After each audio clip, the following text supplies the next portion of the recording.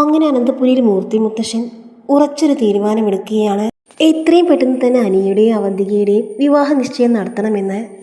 അങ്ങനെ മുത്തശ്ശി ഇക്കാര്യം അനന്തപുരിയിൽ എല്ലാവരോടും പറയുന്നുണ്ട്. എന്നാൽ വിവാഹ നിശ്ചയത്തിന്റെ കാര്യം അനിയോട് പറയുന്ന സമയത്ത് അനിയാണെങ്കിൽ ശക്തമായി എതിർക്കുകയും ചെയ്യുകയാണ്. മുത്തശ്ശനോടും മുത്തശ്ശിയോടും അനി വ്യക്തമായി തന്നെ കാര്യങ്ങൾ പറയുന്നുണ്ടെങ്കിലും അനിയെ അവരാരും തന്നെ മനസ്സിലാക്കുന്നില്ല. അങ്ങനെ അനി ഇതിനെ ശക്തമായി തന്നെ എതിർക്കുന്നുണ്ട്. എനിക്ക് ഈ വിവാഹത്തിന് ഒട്ടും സമ്മതമില്ല. അങ്ങനെ അനി മുത്തശ്ശനെ എതിർക്കുകയാണ്. എന്നാൽ മുത്തശ്ശനാണെങ്കിൽ മുത്തശ്ശന്റെ തീരുമാനത്തിൽ ഉറച്ചു നിൽക്കുന്നുണ്ട്. അങ്ങനെ അനി വല്ലാത്ത വിഷമത്തിലാവുകയാണ്. അങ്ങനെ അനി നന്ദുവിനെ വിളിക്കുകയാണ്. നന്ദു, എനിക്ക് നിന്നോട് അത്യാവശ്യമായി ചില കാര്യങ്ങൾ പറയാനുണ്ട്. അങ്ങനെ അതും പറഞ്ഞ് അനി ഫോൺ വയ്ക്കുന്ന സമയത്ത് അവന്തിക ഇതെല്ലാം കേൾക്കുന്നുണ്ട്. അങ്ങനെ അവന്തിക കനകയും ഗോവിന്ദനെയും വിളിച്ച് ഇക്കാര്യം പറയുകയാണ്. അങ്ങനെ കനകയും ഗോവിന്ദനും നന്ദുവിനോട് പറയുന്നുണ്ട്, നന്ദു, ഇനി മുതൽ അനിയെ നീ കാണാൻ ശ്രമിക്കരുത്. അവനുമായി ഇനി യാതൊരു ബന്ധവും ഉണ്ടാകരുത്. അത് കേട്ട് നന്ദു പറയുന്നുണ്ട്, അവന്തികയെ അനി വിവാഹം കഴിച്ചാൽ അത് അനന്തപുരിക്ക് തന്നെ ദോഷമാണ്. പിന്നെ നവ്യേച്ചി നയനേച്ചി വിഷമിക്കേണ്ടി വരും എന്നൊക്കെ സങ്കടത്തോടു കൂടി നന്ദു പറയുകയാണ്. ആ അബിയുടെ സഹോദരിയാണ് അവന്തിക. അവളുടെ അച്ഛനെ അനന്തപുരി ഇല്ലാതാക്കാൻ വേണ്ടി എന്തൊക്കെയോ പദ്ധതികൾ ഒരുക്കിയിട്ടുണ്ട്. അച്ഛനും അമ്മയെ ഇനിയെങ്കിൽ ഞാൻ പറയുന്നത് മനസ്സിലാക്കണം എന്നൊക്കെ പറയുന്നുണ്ട് നന്ദു. അങ്ങനെ അനി നന്ദുവിനോട് പറയുന്നുണ്ട്, നന്ദു, കാര്യങ്ങളെല്ലാം കൈവിട്ടു പോയി. നീ തന്നെ ഒരു തീരുമാനമെടുക്കണം. ഇനി എൻ്റെ ജീവിതം വെച്ച് ആരും കളിക്കരുത് എന്നൊക്കെ പറയുകയാണ് അനി. അത് കേട്ട് നന്ദു പറയുന്നുണ്ട്, ഇത് മുത്തശ്ശൻ്റെ തീരുമാനമാണല്ലോ. മുത്തശ്ശനൊരു തീരുമാനമെടുത്താൽ അത് മാറുമെന്ന് എനിക്ക് തോന്നുന്നില്ല. അത് കേട്ട് അനി പറയുന്നുണ്ട്, എന്ത് ചെയ്താലും വേണ്ടിയില്ല, ഈ വിവാഹ നിശ്ചയം നടക്കാൻ പാടില്ല. ആ അവന്തികയുടെ സ്വഭാവം നിനക്ക് അറിയാമല്ലോ. ആ അബിയുടെ അനിയത്തിയില്ലേ അവൾ എന്നൊക്കെ പറയുന്നുണ്ട് അനി. വിവാഹ നിശ്ചയ ദിവസം ഞാൻ അവിടെ ഉണ്ടാകില്ല എന്ന് ഞാൻ മുത്തശ്ശനോട് പറഞ്ഞതാണ്. എന്നാൽ മുത്തശ്ശൻ തീരുമാനത്തെ ഉറച്ചു നിൽക്കുകയാണ്. ഇനി എന്താണ് ചെയ്യുക നന്ദു എന്ന് പറഞ്ഞുകൊണ്ട് സങ്കടപ്പെടുകയാണ് അനി.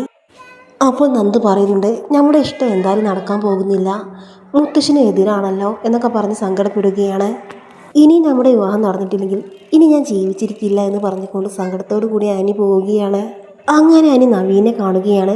നവീനോട് അനി പറയുന്നുണ്ട്, നവീൻ, എങ്ങനെയെങ്കിലും വിവാഹം ഒന്ന് മുടക്കിത്തരാം. അത് കേട്ട് നവീൻ പറയുന്നുണ്ട്, ഞാൻ എങ്ങനെ മുടക്കാനാ?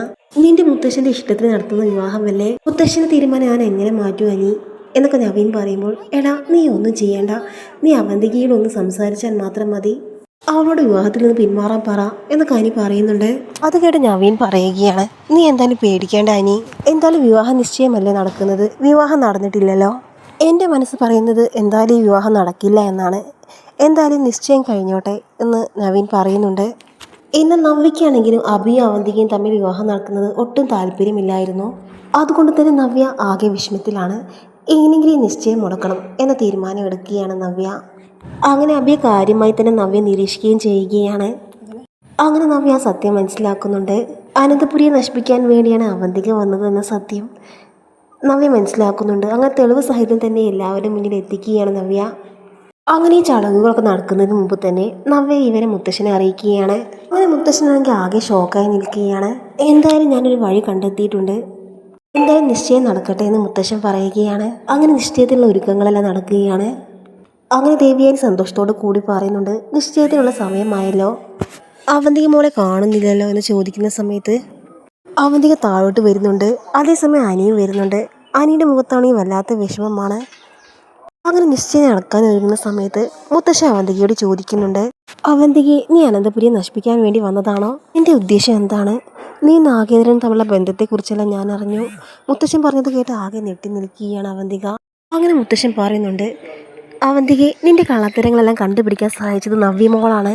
ആ സമയം അവന്തിക ആകെ കരഞ്ഞുകൊണ്ട് പറയുന്നുണ്ട്, മുത്തശ്ശ, ഞാനൊരു തെറ്റും ചെയ്തിട്ടില്ല, നവ്യ മനഃപൂർവ്വം കെട്ടിച്ചമച്ചതാണ് എന്ന് പറയുന്ന സമയത്ത് തെളിവുകൾ സഹിതം തന്നെ അവന്തികയുടെ കള്ളത്തരങ്ങളെല്ലാം പൊളിച്ചെടുക്കുകയാണ് മുത്തശ്ശൻ.